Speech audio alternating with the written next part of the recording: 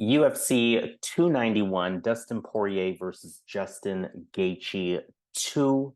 Welcome to another UFC prediction and analysis video presented by yours truly here at Boxing MMA Picks. Harris flying solo again this week. Again, Zan could not make it with us this week, but the show must go on. As usual, we're giving you fight-by-fight breakdowns, fight-by-fight predictions from that betting perspective specifically. So I want to let you know which fights are worth the value, which fights to avoid, which underdog has the best shot at winning, and some parlay action toward the end of the video as well. Make sure you subscribe to the channel here at Boxing MMA Picks. We would absolutely appreciate that. Please press the thumbs up on this video as well. And most importantly, I want to hear from you in the comments when it's all said and done. For this UFC 291 pay-per-view event, it's taking place in Salt Lake City, Utah. We got 12 fights overall. 7 of them are on the prelims. 5 of them are on the main card. Let's get to work right away. Fight number 1 of our prelims, we're looking at Miranda Maverick versus Priscila Cachoeira.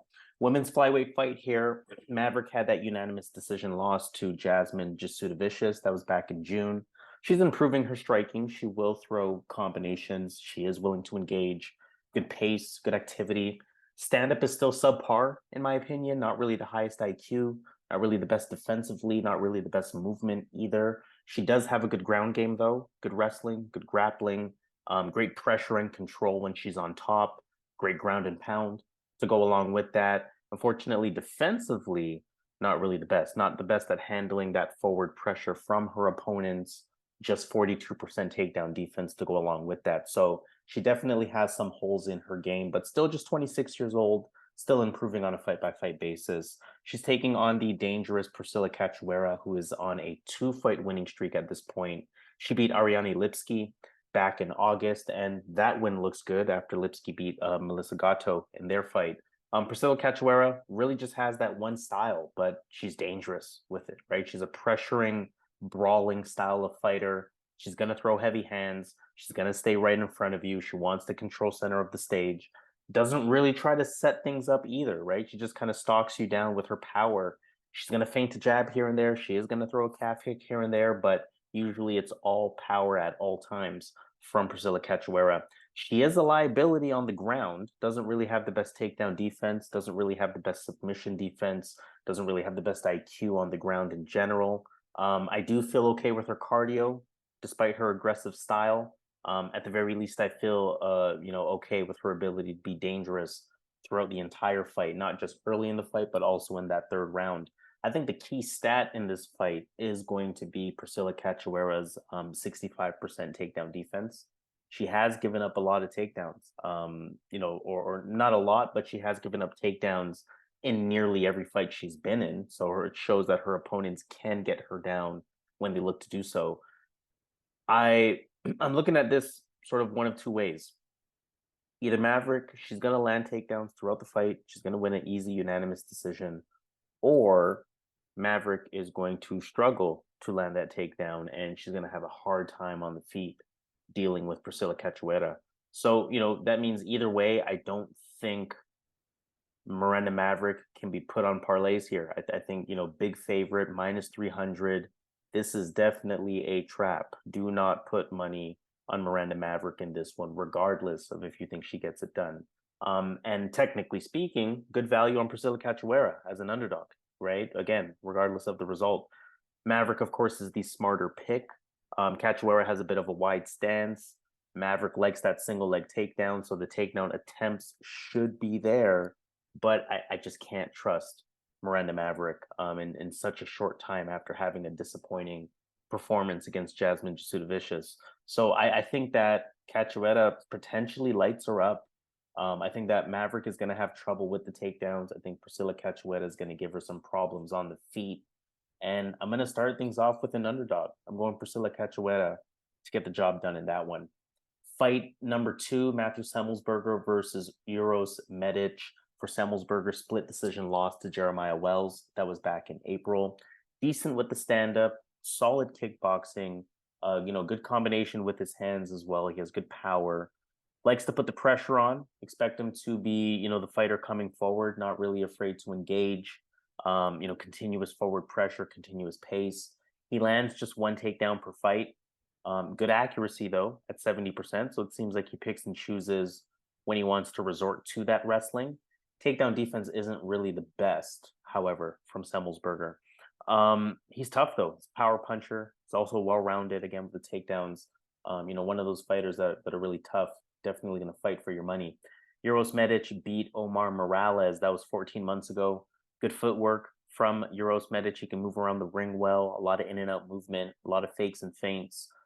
He is a kickboxing champion, powerful kicks, good combinations, definitely a dynamic striker.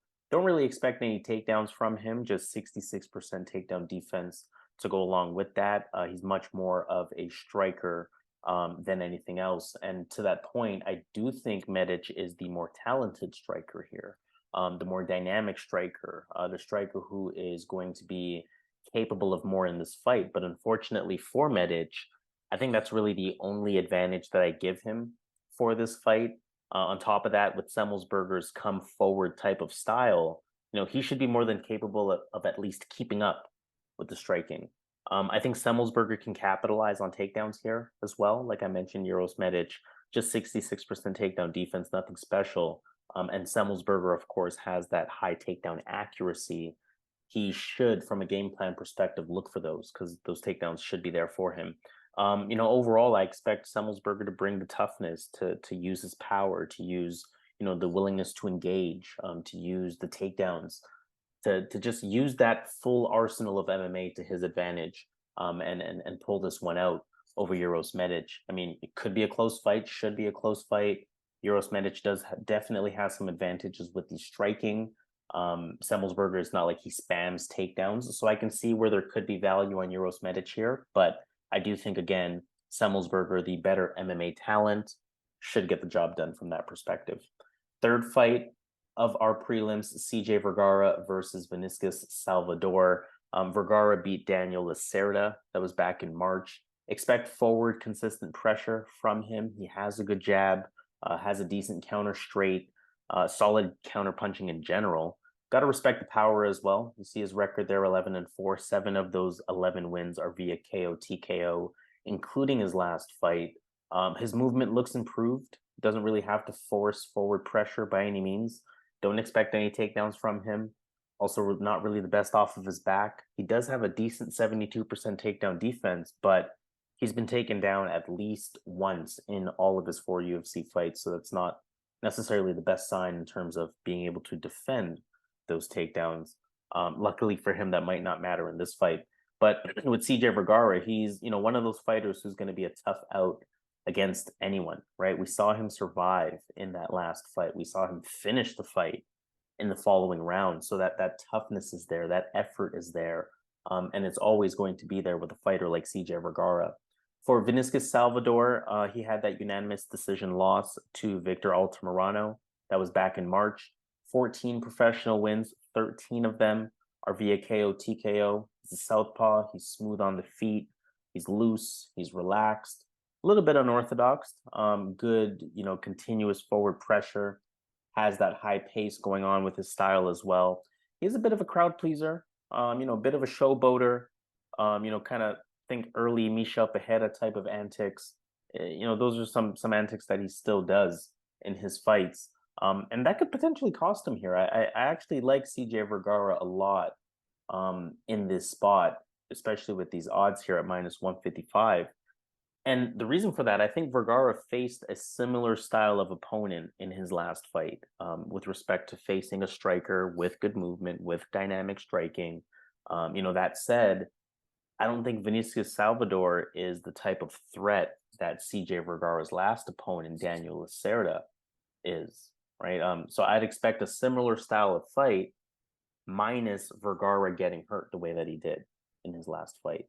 Salvador as well, not really too active as a striker, in my opinion, to get it done here. I expect Vergara's consistent pace, consistent pressure to work to his advantage. It could be close if Salvador is firing on all cylinders, but I think it would take Salvador performing at a 9 out of 10, as an example, to get it done. Whereas I think if Vergara performs at a 7 out of 10, he's able to pull out the win here. So my pick is going to be CJ Vergara. I am curious about what they look like in the face-off as to whether this becomes something I bet on or not. But for now, analytically, I am liking CJ Vergara in this spot. Off with the early prelims, moving on to the regular prelims now. Fight number 4 of our prelims, we're looking at Jake Matthews versus Darius Flowers. Matthews had that unanimous decision loss to Matthew Semelsberger, we just spoke about, back in December. Solid stand-up, good footwork, good movement, light on the feet. He has good combinations, has a good jab, has good overhand right, good calf kick. Also a pretty good counter puncher. He has a good pace on the feet, solid explosiveness as well, almost 2 takedowns a fight. Also a BJJ black belt. Unfortunately, doesn't really offer much in the takedown defense department at just 60%. Doesn't really do much off of his back either, so has some holes to his game. Otherwise, he is a pretty well-rounded fighter here. Darius Flowers, on the other hand, UFC newcomer. He's on a 4-fight winning streak. Last fought on Dana White Contender Series back in August. 8 of his 12 professional wins are via KO, TKO. A lot of round 1 finishes to his name at that. With respect to his striking, I do feel like it's a bit green. His technique is not really the cleanest. A lot of lateral movement around the ring stylistically, but he is explosive. He is going to look for that explosive moment to land clean to end the fight. I have seen him land takedowns. I have seen effective top control from him. He is able to keep that control time as well in the fights that he's had. Flowers definitely going to be a tough competitor here. I think Flowers has the power, has the explosiveness to be dangerous in this spot. Also has a bit of a takedown game versus Jake Matthews' 60% takedown defense. So there are some avenues for Darius Flowers to get it done here. But ultimately, you have to trust that Jake Matthews will get it done. Flowers doesn't have great takedown defense in his own right, so Jake Matthews can use that. Striking-wise, I think Matthews should have the better striking on top of being the taller, the longer striker.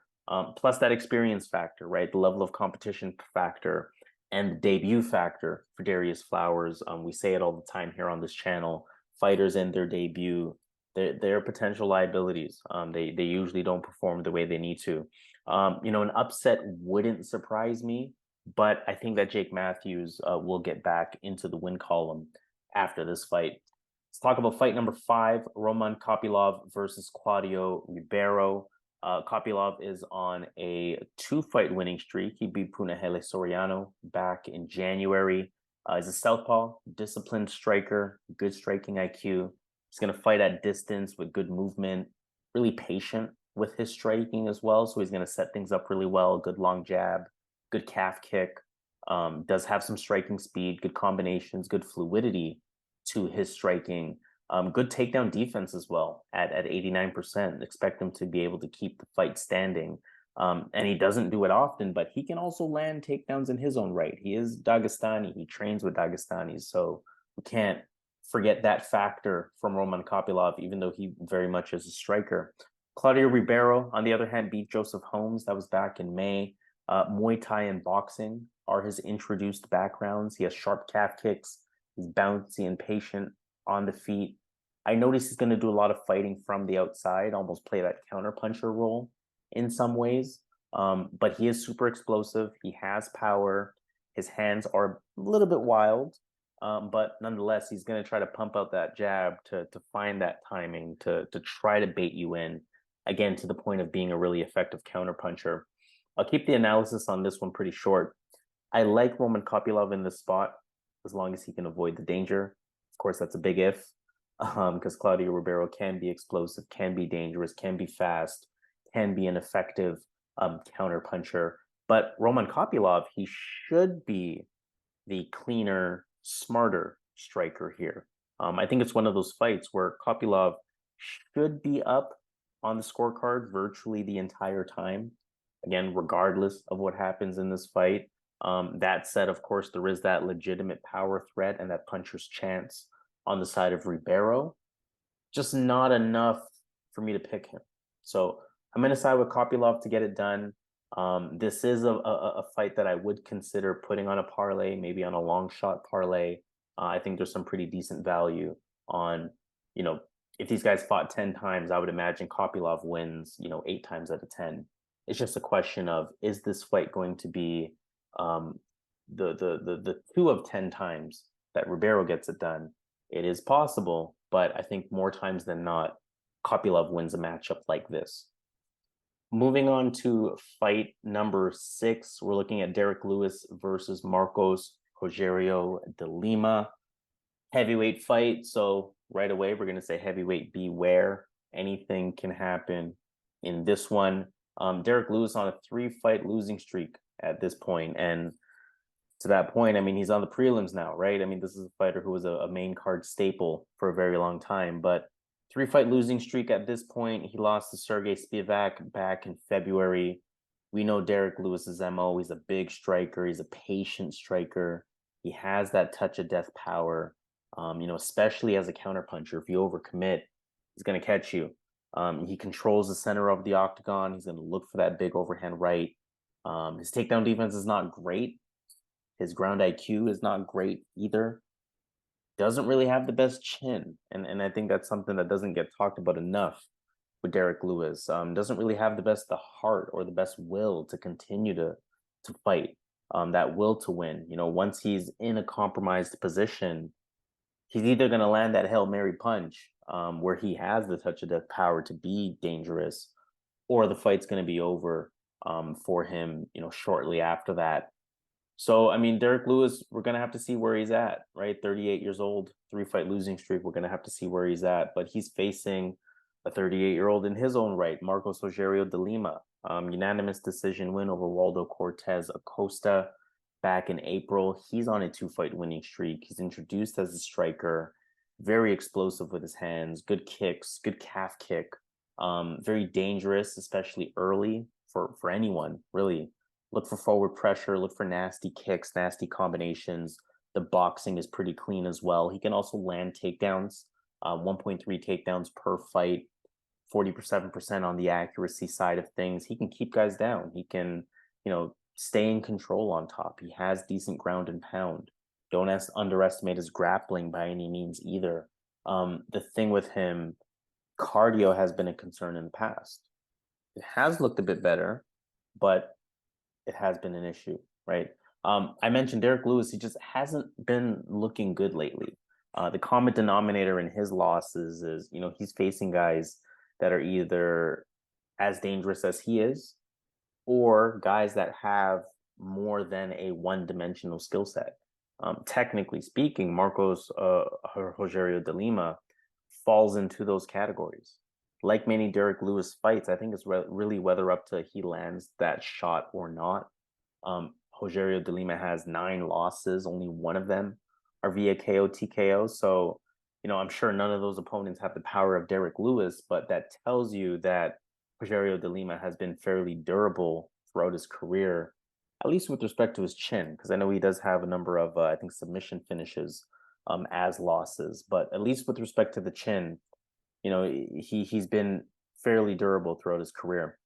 As usual, I can't put myself on the betting side of Derrick Lewis. I think that Rogério de Lima will be the more complete striker, use the calf kick throughout the fight. I can see Derrick Lewis just eating those until it ends up costing him. And Rogério de Lima, I think, is going to have the option of using the ground game. Derrick Lewis kind of accepts those takedowns. Yes, he is able to work his way back up, but even landing the takedowns is effective in terms of scoring it from a judge's perspective. This would potentially be on like a lotto ticket type of play, but like I said, it's heavyweight beware. Flip a coin in a lot of ways for heavyweight fights. It's going to be 2 explosive strikers, 2 big strikers, 2 powerful strikers, 2 strikers that can probably knock each other out. So in a lot of ways, it's going to be who catches who first. But I think that Rogério de Lima analytically just has more to offer in terms of complete MMA. And I think on top of that, even though they're the same age, Rogério de Lima looking good, probably looking better lately, whereas Derrick Lewis is definitely on the decline. So I'm going to pick Marcos Rogério de Lima to get the job done here. But again, it is heavyweight beware. Anything can happen. Final fight of our prelims. We have a good one here. Welterweight fight, Gabriel Bonfim versus Trevin Giles.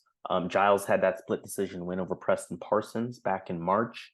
Good hands in the stand-up. He's patient. He shows level changes, shows good fakes and feints, good long jab, good calf kick, pretty clean combinations as well. The footwork, the striking speed, those are going to be two things to look out for with him. He's pretty good in those areas. Good distance control as well, so he's going to stay just out of his opponent's range. He has decent wrestling, decent clinch work against the cage, 1.3 takedowns per, 55% on the accuracy side of things. So definitely has that capability from a complete MMA perspective. A solid 73% takedown defense as well. And if he is taken down, he has that ability to get back up, bring it back to the feet, try to implement his game from there. So we're looking at a really well-rounded fighter, and this is his second fight now at welterweight, where still looked good in that debut. So that the weight class looks to be fitting him well. He's up against Gabriel Bonfim, who beat Munir Laziz back in January. That was his debut. Still undefeated, 14-0, 100% finish rate. 3 of those KO TKO, 11 of them via submission, including his last fight. Look for clean, controlled striking from him. He has the boxing skills. He has the good counterpunching ability. He's sharp. He's fast when he is striking. For many of his submissions, for as many submissions as he has, I should say, I wouldn't say he actively tries to bring the fight to the ground. But on the ground, he is good. He has good IQ, good submission ability, of course. Just, a well-rounded fighter. Just like his brother, even though his brother did not perform the way he needed to in his last fight. Good fight that we're looking at here, right? That said, I do think this is a fight that is closer than the odds would indicate. Bonfim is a big favorite here.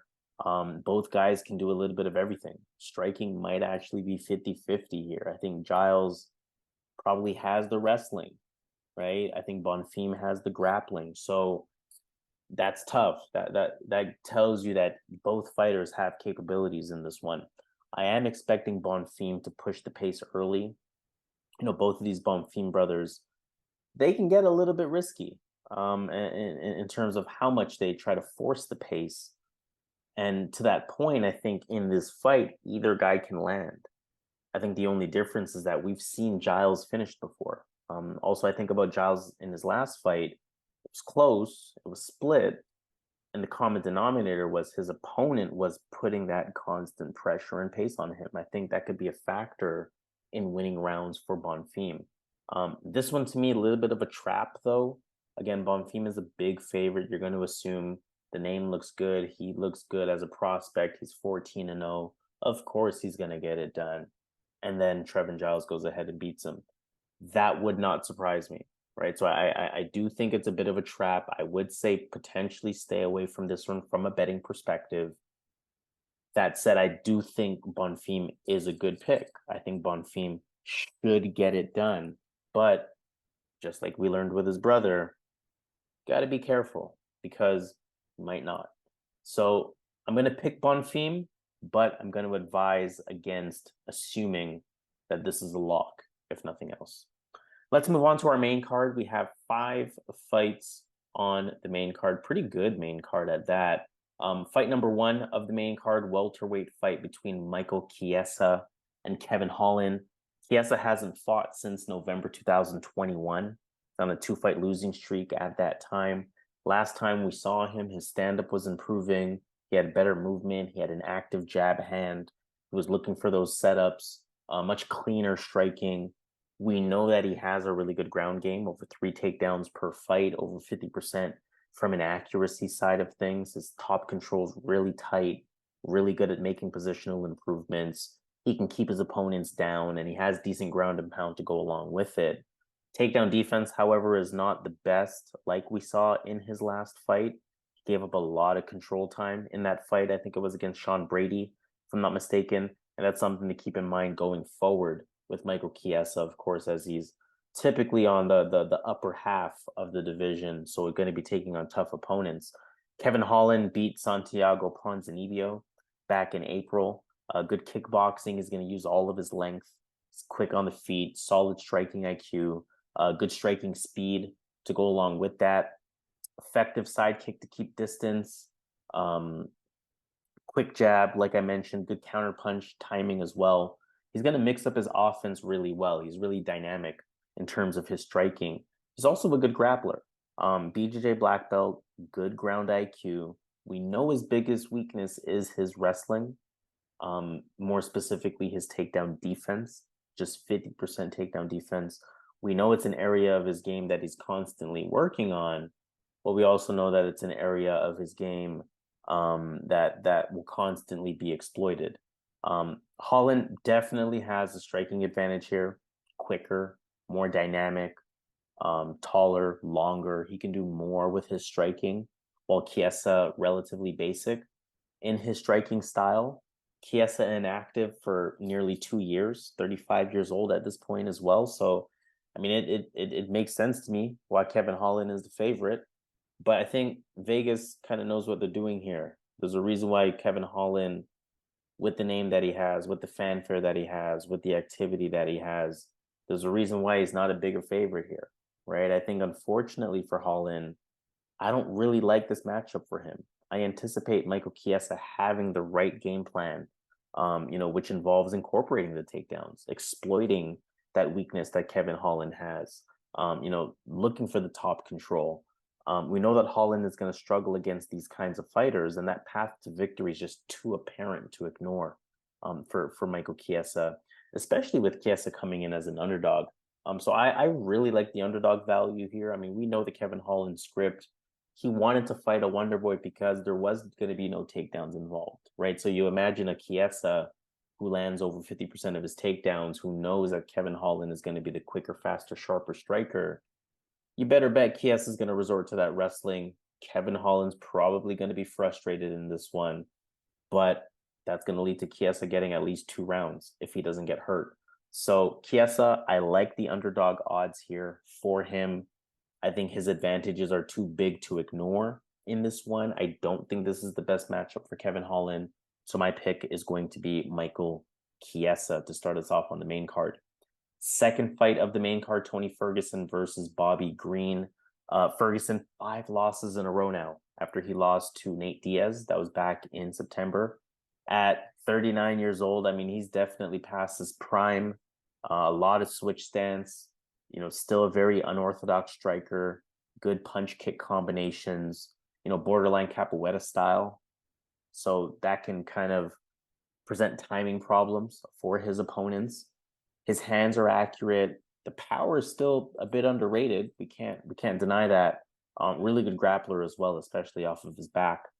Bobby Green had that no contest against Jared Gordon. That was back in April. Pretty dynamic in the stand-up. He keeps his hands down. He relies on his speed, his reflexes in terms of his striking defense, and it works effectively for him. He has good hand speed. He has a good jab. He likes that front kick. He likes to move around the ring. He likes to keep his opponents at distance. He's going to look for counter-punching opportunities. And don't sleep on his wrestling as well. He has, 1.3 takedowns per fight at 38% accuracy, although he doesn't really use it often. It is something that he has, right? So pay attention to that. Tony Ferguson, at the end of the day, I mean, he's still Tony Ferguson, right? Especially in a 3-round setting. He can still be dangerous. He can still be tricky. He can still strategize well. But let me be the one to say, for the record here, Ferguson is done. He's a shell of himself. No matter what comments he has going into the fight, I can't see him being effective at this level anymore. I think Bobby Green is too dangerous in this spot, in this timeline for when this fight is happening. You look at Bobby Green's recent losses, I don't see Ferguson at this point as someone who has those abilities at this stage in his career. So he doesn't have the power and the explosiveness of a Drew Dober. He doesn't have the wrestling of a Makhachev. He doesn't have, the overall striking prowess and consistency of a Rafael Fiziev, right? And again, it's still Tony Ferguson, so you can't call it a guaranteed lock by any means. But I expect Bobby Green to get the win here. Pay-per-view event, main card moment. I'm expecting Tony Ferguson to retire after this one because either give him some newcomers or just call it quits. Because I don't think he's going to be able to compete at that higher level of lightweight. So again, Bobby Green is my pick to get the job done here, potentially get a finish as well.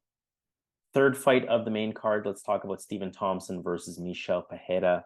Very interesting welterweight fight here. Stephen Thompson beat Kevin Holland back in December. Karate side stance, we know his MO at this point, a lot of calf kicks, fights very effectively at range, fights with really good movement. He's often a hard target to hit. His hands stay down. He uses that to be a really sneaky counter puncher, especially moving backward. He's fast, good speed, good striking speed, specifically good movement around the ring. And, we were just talking about age. At 40 years old, you do have to ask yourself when time will catch up to Stephen Thompson. But, just 7 months ago, he proved that he's still here, that he can still be, very competitive, beating a solid fighter in a Kevin Holland, right? Michel Pereira, on the other hand, 5-fight winning streak now. He beat Santiago Ponzinibbio 14 months ago. We know Pereira is athletically gifted, definitely a lot more composed than what he used to be. Good movement, good fast kicks, good timing as a counterpuncher, kickboxing type of style. He can get very flashy at times. He can definitely be explosive, but he's really big for the division. Big power to go along with that. Still has some IQ concerns, but like I said, he has a ton of talent. He looked a lot more, or he has looked a lot more composed over his time in the UFC. And, he's getting rewarded for that. He's getting these higher level of competition. Stephen Thompson is definitely a good win to have on a resume as you potentially look to move up the rankings at 29 years old, probably entering your athletic prime at that point.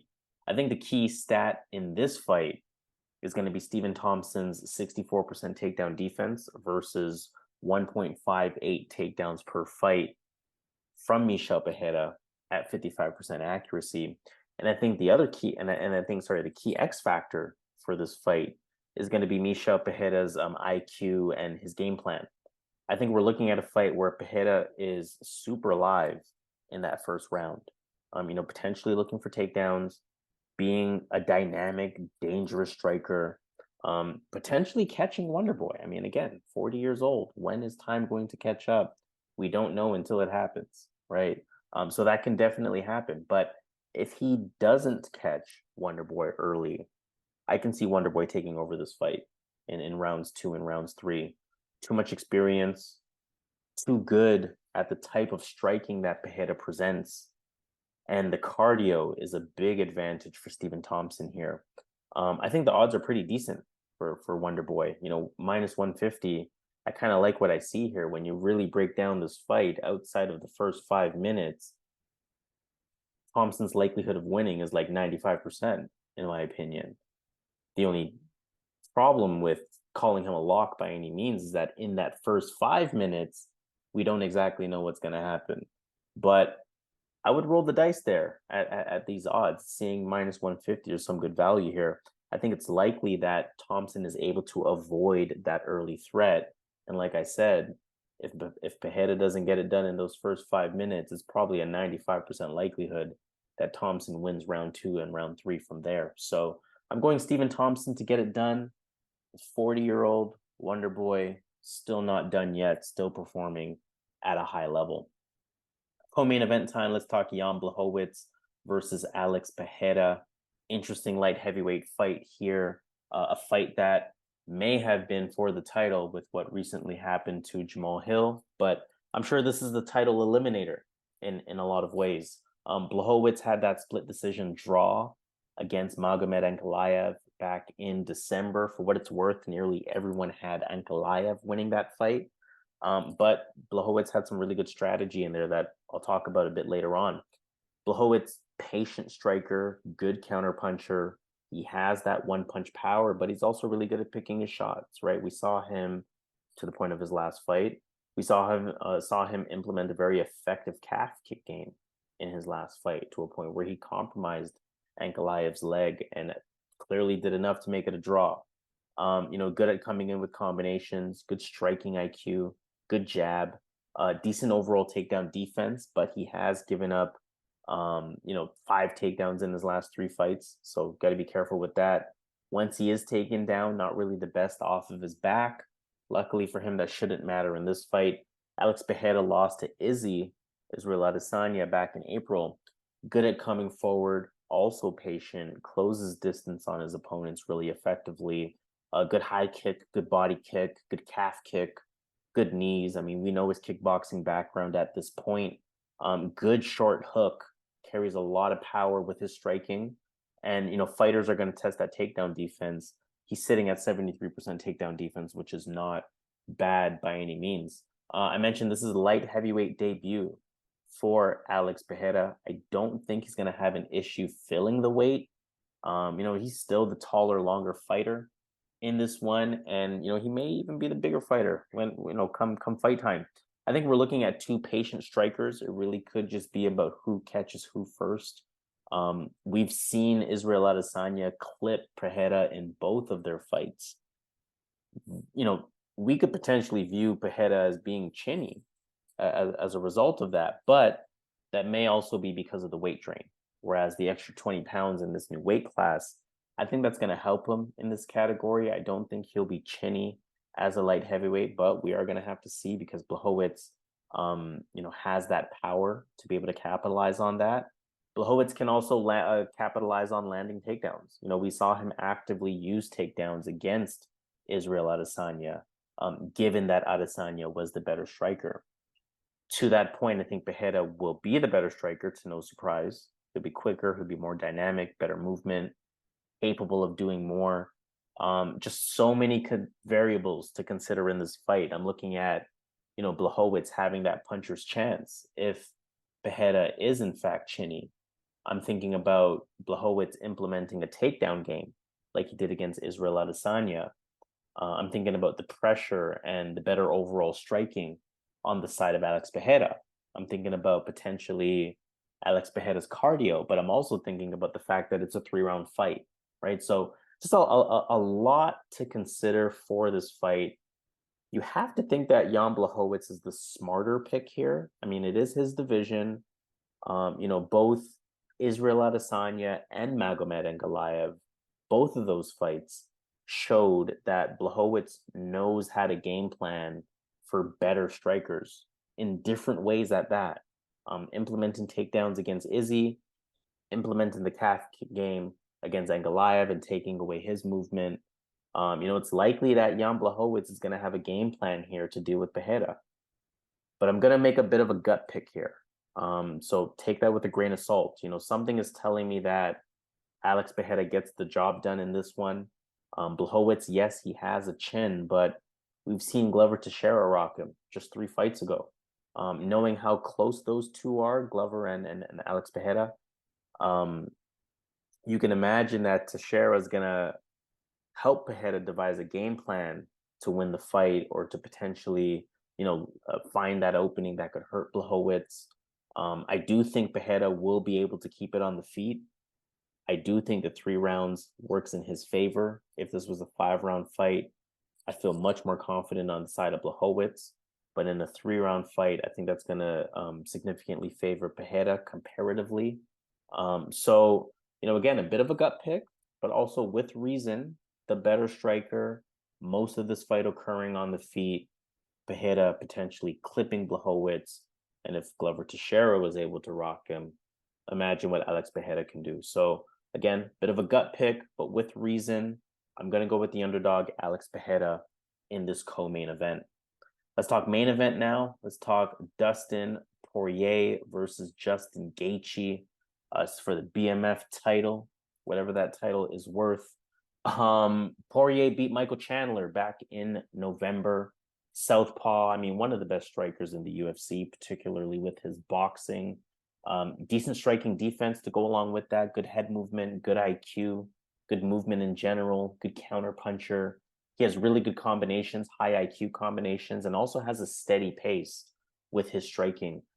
Great chin, great cardio. We know he can threaten the takedown, almost a takedown and a half per fight. Wouldn't really call him a great wrestler by any means. He's definitely primarily a striker, so expect him to keep the fight standing. Justin Gaethje had that majority decision win over Rafael Fiziev. That was back in March. He's going to keep the fight on the feet as well. He's going to have, a high level of activity as well. Gaethje moves around really well laterally around the ring. Good high level striking, good striking IQ, good usage of leg kicks. The in and out movement is very good. The accuracy is on his shots are there. He can really put combinations together as well. The timing on his counters are really good. His downfall, of course, is that he takes just as much as he gives. He's always in a firefight. He's always in a war, but he's tough. These two fought way back in 2018. Both of these guys are still at the highest level in the division. I mean, I think at the time they fought, they were ranked 5 and 6. We see, at least according to Tapology, they're 4 and 5 now. So, I mean, these guys are still at the highest level, right? I mean, both of them have only lost to Khabib and to Charles Oliveira since their first fight in 2018. And in a lot of ways, I mean, I think this makes the fight kind of, dare I say, easy for me to analyze. I mean, of course, it's a main event. Of course, anything can happen. Of course, these are two high-level fighters. So I don't want to take away anything from anyone in this fight. But, when I really think about it, I don't have any reason to go against Dustin Poirier in this fight. I mean, I look at that first fight, Poirier outstruck Gaethje, right? The thing is with Gaethje is that he's usually going to be the tougher guy unless you have some sort of clear advantage over him. Not only is Poirier the cleaner, smarter striker, I wouldn't say that's enough to say he has a clear advantage, but he's also just as tough as Justin Gaethje, right? So, I mean, again, Poirier just smarter, more diverse, more effective. He matches the toughness. We saw the first fight. There's no reason to believe that this fight goes any differently. So, unless, again, within the firefight that they had, Gaethje clips Poirier in a way that's unexpected, I think that just when we match these two fighters up, Poirier with the toughness, Poirier with the better technique, proves to be too much. So I think that Poirier is going to get the job done here. Does he finish Gaethje in round 4 like he did last time? Maybe. Otherwise, I think he gets a decision if both of these guys tough it out and survive. So Dustin Poirier is going to be my pick in this main event. And from an analytic perspective, I'm going to expect a very similar fight as their first time around back in 2018. So you can watch that one as a good frame of reference. But again, Dustin Poirier is going to be my pick in this one. So let's take it to Vegas. Let's consider some options for picks. Let's look at some underdogs. Let's look at some parlay picks as well. Now, in terms of underdogs, there's a few ones that catch my eye. Priscila Cachoeira off the bat catches my eye at a 3.25. I do not trust Miranda Maverick after her last performance. She should not be that big of a favorite against anyone. So Priscila Cachoeira, I would look at that one. I would look at potentially someone like a Claudio Ribeiro if you think he can get it done in that first round. A Derrick Lewis, if you're considering, the fact that it's a heavyweight fight and anything can happen. A Michel Pereira for the same reasons as Claudio Ribeiro. But in terms of my sort of underdog of the card, I'm rolling with Michael Chiesa. Again, I really like that matchup for him. Yes, he's been inactive. Yes, he could potentially get sparked on the feet, but that wrestling advantage is too apparent to ignore. We have to almost trust that Chiesa is going to come in with a good game plan here and implement it and be able to implement it successfully. So I like that value there at a 2.20. And in terms of some parlay picks, you may have saw a preview of it as we transitioned onto the screen here. When I think about parlay picks, there's a few options I'm looking at here. I'm looking at CJ Vergara. I like him in this spot. I think he's going to out-tough Salvador. I like Wonderboy Thompson. I trust him to survive the early onslaught from Michel Pereira, survive that first round, take over in the second, take over in the third. And I like Dustin Poirier. I like him to get it done here. I mean, it's going to be a firefight. It's going to be a tough fight. But Poirier just has the advantage when we saw what happened their first time around. So I like those three. The payout pretty solid on this one, 4.36. That means that $100 is going to get you $436. For our bigger bettors, $250 is going to return $1,091. So some pretty juicy odds available for this event. But let's wrap it up there. Of course, this has been to UFC 291, Dustin Poirier versus Justin Gaethje 2. Make sure you subscribe to the channel here at Boxing MMA Picks. We would definitely appreciate that. Make sure you hit the thumbs up on this video as well. And most importantly, want to hear from you in the comments. How do you feel about my parlay picks? How do you feel about my underdog picks? Who are your underdog picks? Who are your parlay picks? Or maybe there's a fight that you want to have a bit of a deeper conversation about if you're thinking about a specific prop within that fight. Let that all be known in the comments, and we'll be more than happy to have that conversation with you. But again, officially signing off, UFC 291, Dustin Poirier versus Justin Gaethje 2. Harris flying solo today, but the job still has to get done here at Boxing MMA Picks. And in our usual fashion, let's get this money.